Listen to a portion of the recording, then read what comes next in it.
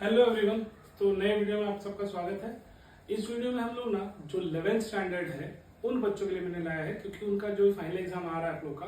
तो आपके final exam में ना एक चैप्टर है इलेक्ट्रोस्टैटिक्स, जो कि ना बोर्ड एग्जाम में भी है, 12th में भी है ये चैप्टर का दूसरा पार्ट। तो इसलिए ये सीईटी, जेई, नीट एग्जाम के लिए तो इम्पोर्टेंट नहीं है, लेकिन भाई आपके बोर्ड एग्जाम के लिए भी इम्पोर्टेंट है। यहाँ के ऐसे कुछ क्वेश्चन है जो आपको 12th में बहुत मदद देंगे, और आपको फाइनल एग्जाम में तो भाई आपको इस चैप्टर करके ही जाना चाहिए। अगर आपके चैप्टर में आपको सर या टीचर ने सिखाया और आपके कॉलेज में चैप्टर हुआ है, तो इसके ये क्वेश्चंस तो है जो आपको करके ही जाने चाहिए। कुछ डेरिवेशन है जो आपको करके ही जाने चाहिए, क्योंकि ये सब आपके आने वाले एंट्रेंस एग्जाम में भी हेल्प होगा, 12th में भी हेल्प होगा। ठीक है, तो चलिए वीडियो स्टार्ट करते हैं। देखिए, जो इलेक्ट्रोस्टैटिक्स है इसका वेटेज भी हाई रहता है। आपके अगर सेमेस्टर के बाद पढ़ाया, यूनिट टेस्ट के बाद अगर आपको दिवाली वेकेशन का पढ़ाया गया है सेकंड हाफ में, तो पक्का इसका वेटेज बहुत रहेगा। तो देखो, इसमें भी करना क्या है, जो पहला इंपॉर्टेंट क्वेश्चन है कूलम्स लॉ। ठीक है, सारे एंट्रेंस एग्जाम में इंपॉर्टेंट, ये आपको करके जाना चाहिए आपके फाइनल एग्जाम के लिए 11th स्टैंडर्ड के। तो कूलम्स लॉ उसमें क्या बोलता है, द फोर्स ऑफ अट्रैक्शन और रिपल्शन है ना between the charge particle, 2 point charge हम बोल सकते हैं, directly proportional to 2 point charge. Directly proportional to क्या होगा, प्रोडक्ट ऑफ चार्जेस होगा, and inversely proportional to square of the distance. तो इन शॉर्ट में अगर मैं बोलूं तो एफ डायरेक्टली, एफ जो क्या है कूलम फोर्स है, directly proportional to a product of charges. दो चार्जेस अगर है Q1 और Q2, सेपरेटेड है कुछ डिस्टेंस से, कुछ डिस्टेंस को हम R मान लेते हैं। तो जो फोर्स ऑफ अट्रैक्शन और रिपल्शन होगा दोनों चार्जेस के बीच में, जितना नजदीक उतना फोर्स क्या होगा ज्यादा, जितना दूर उतना फोर्स क्या होगा वीक होते जाएगा। इसलिए it is directly proportional to product of charges and inversely proportional to square of the distance. तो कांस्टेंट ऑफ प्रोपोर्शनलिटी होती है जो कि रिमूव करते हैं, तो उसको हम कांस्टेंट ऑफ प्रोपोर्शनलिटी को K भी बोलते हैं। हम इसको डाइलेक्ट्रिक भी कांस्टेंट भी बोलते हैं। एप्सिलॉन बाय एप्सिलॉन नॉट होता है। तो K का वैल्यू और क्या होता है 1/4 पाई एप्सिलॉन। ठीक है, इसकी वैल्यू क्या होती है 9 × 10⁹ और ये जो एप्सिलॉन है इसको हम बोलते हैं परमिटिविटी। इसकी वैल्यू आप याद रखो 8.85 × 10⁻²। ठीक है, ये भी याद रखना है। तो ये आपका फाइनल फॉर्मूला है। तो आपको एग्जाम में 2 मार्क के लिए अगर क्वेश्चन आया, आपको स्टेटमेंट लिखना है 1 मार्क के लिए, इतना आप लोग लिख दिया तो आपको 1 मार्क मिल जाएगा। ठीक है, ये फॉर्मूला मैंने बॉक्स इसलिए किया कि इसमें न्यूमेरिकल भी आते हैं, तो भी आपको अच्छे से करके जाना चाहिए। ठीक है, अब अगला देखो, expression for electric field intensity due to a point charge in a material medium. ये 2 मार्क का डेरिवेशन काफी सिंपल है, अगले साल 12th में भी रहेगा आपको। तो हमको फोर्स पता है, अभी हमने देखा, इसको वेक्टर फॉर्म में लिखा गया है Q0/4πε² into unit vector r।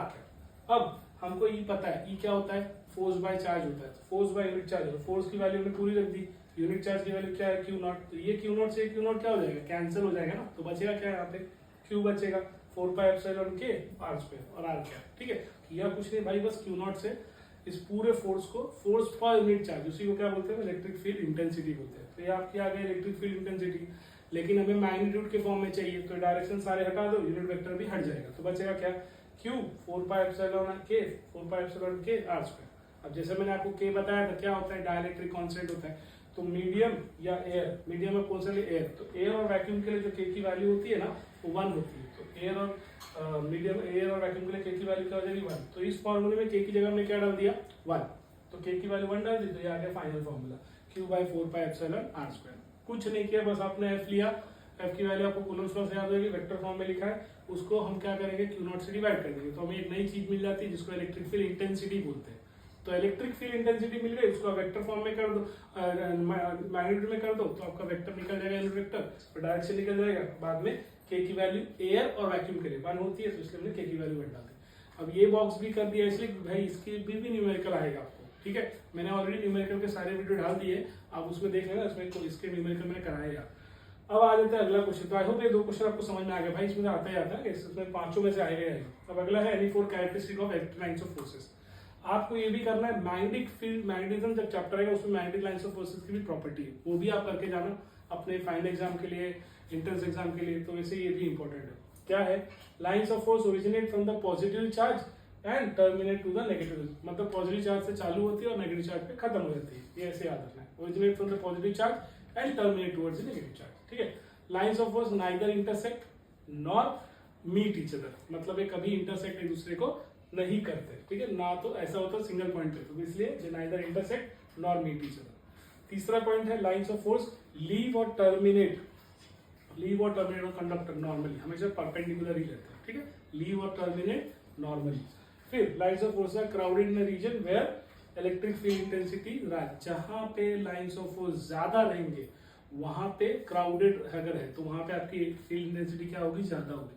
क्योंकि फील्ड इंटेंसिटी ही बताती है कि कौन सा फील्ड कितना स्ट्रांग है। वो कैसे पता चलता है, जिस फील्ड में ज्यादा इलेक्ट्रिक लाइन्स ऑफ फोर्सेस रहेगी वहां की इंटेंसिटी क्या होगी, ज्यादा होगी। जहां पे फील्ड इंटेंसिटी का मतलब लाइन्स ऑफ फोर्सेस लाइन्स कम होंगे वहां पे इलेक्ट्रिक फील्ड इंटेंसिटी क्या होगी, वीकर होगी। ठीक है, अगला है भाई ये डेफिनेशन पोलर है नॉन पोलर, ये 12th में भी है। 12th में एक और पॉइंट ऐड हो जाता है कि एक का परमानेंट डाइपोल मोमेंट होता है और एक का नहीं होता, और एक डायग्राम देता है। तो इसलिए 12th के लिए यही क्वेश्चन 12th में आ चुका है बोर्ड एग्जाम में। ठीक है, तो आपको 11th में भी 12th में वापस आएगा, तो इसलिए इसका एक पार्ट है, फिर आप पढ़ो।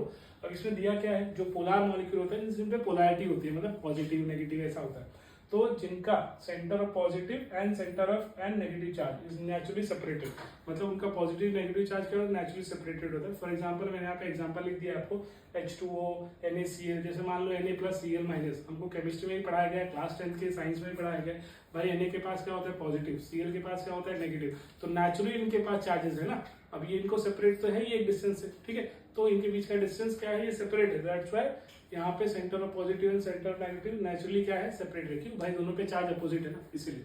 तो इसलिए इनका परमानेंट इलेक्ट्रिक डाइपोल मोमेंट होता है। ठीक है, वो 12th में एक पॉइंट और लिखा था। एग्जांपल क्या है, H2O NH3 NH3, क्या याद रखो, क्या याद रखना है कि centre of positive and centre of negative charge are naturally separated. अब नॉन पोलर में क्या होगा, इनका centre of positive and charge and negative charge are in one on the same, मतलब एक ही पे कोइंसाइड कर रहे हैं। ठीक है, तो सेपरेट है ही नहीं। ठीक है, अगर सेपरेट करना है तो बाहर से electric field intensity, strong electric field intensity apply करनी पड़ती है, एक्सटर्नल इलेक्ट्रिक फील्ड अप्लाई करना पड़ता है, तब जाके थोड़ा सा सेपरेट हो जाते हैं। फिर हटा दो, फिर चले जाते हैं। ठीक है, तो यहाँ पे सेपरेशन है ही नहीं, तो they do not have permanent dipole moment. ये एक पॉइंट आपको 12th में लिखना है, लेकिन अभी नहीं लिखना। एग्जांपल क्या है, H2Cl2, ठीक है, तो उसका डेफिनेशन टीचर्स पूछ सकते हैं। अगला क्या है, डाइपोल मोमेंट। ये क्यों बता रहा हूँ कि 12th में भाई हर चैप्टर मैग्नेटिज्म में हो जाए, मैग्नेटिक फील्ड टू इलेक्ट्रिकल में हो जाए, मैग्नेटिक मटेरियल में हो जाए, इलेक्ट्रोस्टैटिक हो जाए, जो 12th के आप पढ़ने वाले हो वहाँ सब में मिलने वाला है। तो बेसिकली क्या होता है, it determine the strength dipole, strength of dipole is measure in terms of quantity called as dipole moment. Strength of dipole, dipole क्या होता है, जैसे मार्कर मैंने ले लिया, यहाँ पे पॉजिटिव चार्ज है, यहाँ पे नेगेटिव चार्ज है, दोनों को सेपरेट क्या किया है, ओरिजिन से L डिस्टेंस पे, मतलब पॉजिटिव और नेगेटिव के बीच का डिस्टेंस कितना है, 2 है, तो इसको हम लोग डाइपोल लेंथ बोलते हैं। दो पोल, मतलब एक पॉजिटिव और एक नेगेटिव, ऐसा, या नेगेटिव नेगेटिव हो सकता है, दो पोल है ना इसलिए। ठीक है, उनका बीच का डिस्टेंस कितना है, 2 है। ये पोल की स्ट्रेंथ बताता है, जो क्वांटिटी, उसको हम क्या बोलते हैं, डाइपोल मोमेंट। तो इसलिए पी जो कि डाइपोल मोमेंट का ये होता है, क्या बोलते हैं, जिससे हम शो करते हैं, it is nothing but product of charges and into poles, ये डाइपोल लेंथ। ठीक है, product of charges into dipole length. तो ये 5 से 6 क्वेश्चन है भाई, जो एक एक मार्क को 2-2 मार्क, ये दोनों 2-2 मार्क, तीनों क्वेश्चन 2-2 मार्क के लिए, इनमें कुछ ना कुछ तो आएगा ही, और ये 1-1 मार्क आना ही चाहिए। एक और क्वेश्चन एडिशनली बता देता हूँ, linear charge density, volume charge density और सरफेस चार्ज डेंसिटी, डेफिनेशन का लेना जो 12th में भी है। तो ये सारे आपके एक एक को 2-2 मार्क के क्वेश्चन हो गए। ठीक है, आई होप आपको समझ में आ गया है। अब इसका स्क्रीनशॉट लेना है, इसको लिख लेना, आपको नोट्स यही का यही बन गया, इसमें सारे लिख दिया मैंने। और इसके तो कोई 2 डेरिवेशन जो बहुत इंपॉर्टेंट है, अब हम वो करते हैं। ठीक है,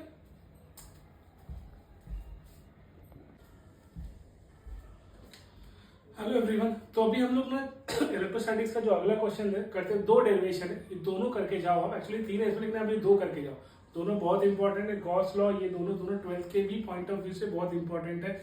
इनके जो एंड रिजल्ट है भाई, फॉर्मूले जो हर एंट्रेंस एग्जाम में पूछे जाते हैं, न्यूमेरिकल के लिए भी। ठीक है, तो गॉस लॉ हम लोग पहले करते हैं, state and proof Gauss law. Gauss law basically होता क्या, किसी भी फील्ड का, किसी भी अनशेप्ड वाले फील्ड का electric field intensity find out करने के लिए गॉस थ्योरम यूज होता है। ठीक है, वो कैसे फाइंड आउट करते हैं, उस फील्ड में जितने इलेक्ट्रिक चार्ज प्रेजेंट है उन चार्ज के हिसाब से हम इलेक्ट्रिक फील्ड फाइंड आउट कर सकते हैं, इलेक्ट्रिक फील्ड इंटेंसिटी। ठीक है, तो वही दिया है द फ्लक्स, फ्लक्स को हम लोग साई सिंबल से करते हैं। The flux of the net electric field through a close surface equals to net charge enclosed by the surface divided by permittivity. तो ये हमारा एप्सिलॉन, मतलब क्यू बाय एप्सिलॉन, ये हमारा डिसाइड करता है कि कितना electric field intensity particular field में होता है। किससे डिपेंड होता है, नंबर ऑफ फ्लक्स से। ठीक है, तो इसमें क्या है, पहले हम लोग ये देखो, एक फील्ड दिया है, इस फील्ड में पॉइंट O है, पॉइंट O से पॉइंट P पर हमें नेट इलेक्ट्रिक फील्ड इंटेंसिटी पता करनी। यहाँ का पूरा सरफेस एरिया कितना है, ds है। इस पूरे सरफेस एरिया का S है, इसमें छोटा सा एरिया लिया हमने ds। ठीक है, इसमें प्लस चार्ज है, प्लस चार्ज का इन्फ्लुएंस इस पे कितना होगा, इसकी वजह से यहाँ पे नेट इलेक्ट्रिक फील्ड कितनी हुई, जो कि इतनी मेजर, ये हमको बतानी है। तो हमें इलेक्ट्रिक फील्ड इंटेंसिटी पता है क्यू बाय 4πε/r², ठीक है। इसको हमने इक्वेशन नंबर 1 दे दिया। कहाँ से आया? अभी हमने थोड़ी देर पहले किया था ना इलेक्ट्रिक फील्ड इंटेंसिटी का। उसके बाद दो डी फाई, ये फ्लक्स है, flux passing through area ds, उसका फॉर्मूला क्या है? D phi equals to E epsilon cos theta ds, ठीक है। ई cos थीटा ds, ये होता है, ds मतलब एरिया होता है, cos थीटा क्या होता है? ये एंगल, ठीक है। अब ये e की वैल्यू क्या है? इक्वेशन में हमने देखा है q/4πε, तो इस e की वैल्यू हमने यहाँ सब्स्टिट्यूट कर दी इक्वेशन नंबर 2 में। समझ में आ रहा है आपको? तो अब ये ऐसा हो गया, cos थीटा ds ऐसे ही, q/4πε को मैंने एक साइड रख दिया, r² को मैंने cos थीटा ds के नीचे रख दिया, ठीक। आई होप इतना आपको समझ में आया। q/4πε को एक साइड रख दिया और दी cos थीटा अपन r² को ऐसे रख दिया, क्योंकि डी ओमेगा हमें पता है, हमने फर्स्ट चैप्टर में पढ़ा है ना, इसमें डायमेंशन और वेक्टर्स, मतलब यूनिट एंड मेजरमेंट वाले में, वहां पे हमने सॉलिड एंगल पढ़ा था, स्टेरा रीडिंग जिसकी यूनिट होती है ना, सॉलिड एंगल और प्लेन एंगल। तो ये सॉलिड एंगल, ये डी ओमेगा, पूरा सर्फेस है सॉलिड एंगल, तो ये डी cos थीटा r² क्या हो जाएगा? डी ओमेगा, ठीक है। तो यहाँ पे q/4πε, ये डी फाई है, मैं लिख देता हूँ यहाँ पे, ये डी फाई है, ठीक है।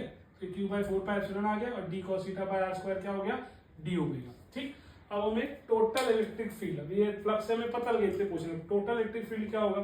Nothing but surface area 0 to s थे, तो q/4π मतलब e इंटू डी ओमेगा, तो ये e जो q/4πε है, d omega as it is, तो q/4πε आपका कांस्टेंट रहेगा, तो बचेगा क्या? D omega variable. तो डी ओमेगा जो सॉलिड एंगल, उसकी वैल्यू क्या होती है? हमेशा याद है ना, रट्टा मार के रखो, सॉलिड एंगल इसका वैल्यू क्या होता है? हमेशा 4π। तो इस डी ओमेगा की जगह क्या आ जाएगा? 4π। तो इस इक्वेशन में हमने डी ओमेगा की जगह क्या लिख दिया? 4π। अब देख रहे हो, ऊपर भी 4π है, नीचे भी 4π, 4π कट, तो आ गया अपना टोटल फ्लक्स, जो कि क्या होता है? E D S, nothing but q/ε, क्योंकि प्लस पॉजिटिव चार्ज है ना, तो q/ε। ऐसे ही 1 के लिए चार्ज, q1 के लिए q1/ε, 2 के लिए q2/ε, डॉट डॉट डॉट, सबका एडिशन कर देंगे, उसको समेशन लिख देंगे, समेशन ऑफ qi/ε। तो i कहाँ से चालू होता है आपका? i आपका चालू होगा 1 से, कहाँ तक जाएगा? nth तक, इसलिए qi/ε। उसको नेट और क्या लिख सकते हो? कैपिटल q/ε, ठीक है। तो आई होप आपको समझ में आ गया। पहले क्या करना है? q/4πε r² e हो गया, हमें डी फ्लक्स पता है, e cos थीटा ds होता है, तो e की जगह पूरा e का वैल्यू डाल देंगे हम लोग। अब q/4πε को एक साथ, डी cos थीटा r² क्या होता है? डी ओमेगा, और इस डी ओमेगा की वैल्यू क्या होती है? 4π कैंसिल, बचा q/4πε, ठीक है। तो ये भाई 3 या 4 मार्क के लिए आएगा, वेरी इंपॉर्टेंट। 4 मार्क के लिए आया, आपको स्टेटमेंट लिखना है, 1 मार्क के लिए, बाकी 3 मार्क के लिए प्रूफ करना है, ठीक है। तो ये 3 से 4 मार्क के लिए आएगा। अगला क्वेश्चन जो भी 3 से 4 मार्क के लिए आ सकता है भाई, इंपॉर्टेंट ही है, दोनों आएगा या कुछ ना कुछ। तो expression of electric field intensity due to a point on the axis on electric dipole, जैसे मैंने मार्कर का एग्जांपल दिया था, ये पॉजिटिव चार्ज नेगेटिव चार्ज यहाँ रख दिया है, नेगेटिव पॉजिटिव है, ये क्या क्रिएट कर रहे हैं? डाइपोल ना, इस डाइपोल की वजह से इस पॉइंट P पर कितना इलेक्ट्रिक फील्ड इंटेंसिटी है वो पता करना है। तो भाई डाइपोल जो पॉइंट P है, इसमें -q चार्ज का भी इंफ्लुएंस आएगा, +q चार्ज का भी इंफ्लुएंस आएगा, तो दोनों की इलेक्ट्रिक फील्ड इंटेंसिटी का एडिशन ही तो इस पॉइंट P का टोटल चार्ज होगा, टोटल इलेक्ट्रिक फील्ड होगा ना, ठीक है। क्योंकि -q का भी इंफ्लुएंस इस पे आ रहा है, +q का भी आ रहा है। अब -q और +q के बीच का डिस्टेंस कितना है? जैसे हमने डाइपोल मोमेंट यहाँ जो डेफिनेशन लिखा था मैंने, 2l होता है, और C पॉइंट से लेके P पॉइंट तक का डिस्टेंस कितना है? r। अब मान लो मैंने A से P, -q के वजह से जो चार्ज यहाँ पे इलेक्ट्रिक इंटेंसिटी आएगा, उसकी डिस्टेंस कितनी होगी? A से लेके P तक। तो पहले तो ये A से लेके B तक कितना है? r, और प्लस ये, अरे मतलब यहाँ से लेके यहाँ तक कितना है? ये टोटल कितना हो गया? l, और ये यहाँ से यहाँ तक कितना है? r। तो r + l किसका? AP का। इसी तरह अगर मैं यहाँ पे देखूं, ये चार्ज की वजह से, तो ये पूरा r से माइनस क्या हो जाएगा? l ना, तो इतना आ जाएगा। समझ रहे हो आप? डिस्टेंस समझ रहे हो? अगर -q की वजह से, तो डिस्टेंस क्या आएगा? ये पूरा डिस्टेंस आएगा ना, A से लेके P तक। हमने अभी देखा डायग्राम से, ये l से l होता है, ये r होता है, तो ये पूरा r प्लस ये l किसका? AP का। अगर BP का आएगा तो क्या होगा? इस r में से BC मतलब l माइनस हो जाएगा, तो बचेगा क्या? ये r - l। आई बात समझ में? -q चार्ज की वजह से भी होगा, +q चार्ज की वजह से भी होगा। यहाँ पर P इलेक्ट्रिक फील्ड इंटेंसिटी। तो पहले हमने electric field intensity at point P due to -q charge, तो डिस्टेंस कितना है भाई? q AP होगा ना, जैसे मैंने बताया AP, तो ये पूरा r है, ये पूरा l है, तो क्या हो जाएगा? r + l। वही ना अभी हम देखा ना, q/4πε r², तो r की वैल्यू क्या हो गई? r + l। u मतलब क्या? यूनिट वेक्टर, ठीक है। आई होप आपको समझ में आया। अब ऐसे ही B पॉइंट से ले लो, इस पॉइंट से +q का इन्फ्लुएंस इस पे क्या होगा, तो बीपी डिस्टेंस कितना होगा, ये पूरा आर में से ये एल माइनस हो जाएगा ना, तो यहाँ पे क्या आएगा आर माइनस एल, पूरा बाकी सब हो जाएगा आर माइनस एल, लेकिन किसके वजह से हो रहा है पॉजिटिव चार्ज, तो इसलिए यहाँ पे प्लस है, नेगेटिव चार्ज की वजह से हो रहा है इसलिए माइनस था, ठीक है, क्यू बाई 4 आर स्क्वायर वही फॉर्मूला है। अब टोटल इलेक्ट्रिक फील्ड क्या होगा इस पॉइंट पे, माइनस क्यू की वजह से कितना प्लस क्यू की वजह से कितना, दोनों को ऐड कर दिया। अगर आप ध्यान से देखोगे ना, जो ईबी है ना वो पॉजिटिव में है चार्ज, ये माइनस में है, तो मैंने पॉजिटिव वाले को पहले लिखा। इसका डिस्टेंस कितना है दोनों में, देखो 1/4πε यहाँ भी कॉमन है, 1/4πε यहाँ भी कॉमन है, ये प्लस क्यू चार्ज इसलिए प्लस क्यू लिखा। इसका डिस्टेंस कितना है आर माइनस एल, ये माइनस क्यू चार्ज है माइनस क्यू लिखा, ये आर प्लस है आर प्लस है, ठीक है। यूनिट वेक्टर को यहाँ इग्नोर कर दो, मैग्नीट्यूड में सब यहाँ पे। अब देखो क्या करना है, 1 दोनों में क्यू भी कॉमन है तो क्यू भी बाहर ले लिया, q/4πε हो गया। अब ये आर प्लस एल कहाँ जाएगा, क्रॉस मल्टीप्लाई ना यहाँ पे 1 और आर माइनस एल का यहाँ पे हो जाएगा, तो दोनों में क्यू निकल गया तो 1/1 आ गया, मैं डिस्टेंस जगह कम है इसलिए मैं ऐसे कर दे रहा हूँ, तो आर प्लस एल यहाँ आ जाएगा, तो यहाँ क्यू तो बाहर निकल गया तो 1 बचेगा, तो आर प्लस एल का होल स्क्वायर मतलब a प्लस बी का होल स्क्वायर, इसलिए a square plus b square plus 2ab। इसी तरह अब ये आर माइनस एल अगर यहाँ जा रहा है, माइनस साइन बाहर है और ये a माइनस बी का होल स्क्वायर जगह, तो क्या हो जाएगा, ये ऐसे हो जाएगा ना, ये वहाँ जाएगा तो a square minus 2ab plus b square है ना, क्योंकि हमारा a क्या है आर, b क्या है माइनस एल। अब लेकिन इसके बाहर माइनस है ना, बाहर माइनस मतलब ये प्लस माइनस हो जाएगा, माइनस प्लस हो जाएगा और ये प्लस भी क्या हो जाएगा आपका माइनस, तो इसलिए यहाँ लिखा। आई होप आपको समझ में आ रहा है, ये plus r minus r cancel, plus l minus l cancel, 2rl कितना हो गया 4rl ना, तो यहाँ पे आ गया 4rl को कैसे लिखोगे आप, 2 × 2l/QR, ठीक है, क्योंकि क्यू भी आप अंदर ले लिया, देख रहे 2rl 4rl हो गया, इसलिए 2 × 2 कर दिया 4 को, ठीक है, और एल और आर तो था ही, और क्यू को भी मैंने अंदर ले लिया पर्पसली। और मैंने थोड़ी देर पहले आपको पढ़ाया था कि डाइपोल मोमेंट क्या होता है, P product of dipole length जिसको 2l बोलते हैं इनटू चार्ज, तो 2l × q आ गया ना, 2l × q, तो जानबूझ के 4 को मैंने कैसे लिखा 2 × 2, तो इसे 2l × q क्या हो जाएगा p, पूरा r ऐसे ही रखा, ठीक है, 1/4πε रखा, ये 2 ऐसे ही रखा, 2lp क्या हो गया p, 2lq क्या होगा p, तो यहाँ p लग दिया, और ये r ऐसे, और ये पूरा का पूरा ऐसे ही रखा है, क्योंकि हमें पता है डायग्राम से आप देख सकते हो एक्चुअली ना डाइपोल बहुत छोटा होता है लेंथ और आर बड़ा होता है, तो इसलिए आर अगर बड़ा है, मान के चल रहे हैं हम लोग एल से बहुत बड़ा है, तो एल स्क्वायर भी क्या होगा, एल स्क्वायर क्या हो जाएगा बहुत छोटा, एल स्क्वायर को इग्नोर कर सकते हैं, क्योंकि आर अगर बड़ा है एल से तो एल स्क्वायर भी क्या होगा और छोटा होगा ना, तो इसलिए यहाँ पे एल स्क्वायर इग्नोर, तो आर स्क्वायर इंटू स्क्वायर क्या हो जाएगा r4 हो जाएगा, नीचे की बात कर रहा हूँ, और ऊपर ऑलरेडी एक r है तो नीचे वाले r4 से कैंसिल हो जाएगा, तो r और r4 कैंसिल, तो क्या बचेगा r3 बचेगा, इसलिए यहाँ पे r3 आ गया, और ये पूरा 1/4πε as it is 2p as it is, ठीक है। ये इग्नोर हो गया, तो r स्क्वायर का स्क्वायर क्या होता है r4 और r कैंसिल, तो इसमें नीचे क्या बचेगा r3, ठीक है। तो ये डेरिवेशन हो गया आपका, तो दोनों डेरिवेशन में कोई भी एक भाई 4 मार्क के लिए आएगा, आपके टीचर से पढ़ाया भी होगा और सेमेस्टर के बाद पढ़ाया तो भाई पक्का आपको आने वाला है। तो ये सारे क्वेश्चंस है जो मैंने इलेक्ट्रोस्टैटिक्स से आपको करा दिए हैं, आपको ये करने चाहिए। आपके क्लास लेवल में जितने न्यूमेरिकल्स आ रहे हैं, मैंने प्रोबेबली 8-9 चैप्टर के सारे न्यूमेरिकल्स मैंने लास्ट वीडियो देख लो मेरा, हर चैप्टर के मैं न्यूमेरिकल्स में आपको पढ़ा दिए मैंने, तो देख लेना, एटलीस्ट 2-2 मार्क को करके जाओ। और ये पूरा इलेक्ट्रोस्टैटिक्स चैप्टर का जो मेन क्वेश्चन है मैंने सारे कवर कर दिए। आई होप आपको समझ में आएगा ये, और ऐसे ही वीडियो आपको और चाहिए ऐसे चैप्टर्स के तो प्लीज मुझे कमेंट कर देना, ताकि मैं और वीडियो को बना दूं, नहीं तो मैं सीटी बना रहा हूँ भाई, ठीक है। अगर आपको एक है तो आप बता दीजिए, तो मैं ऐसे वीडियो और चैप्टर्स के भी बना दूंगा, ठीक है।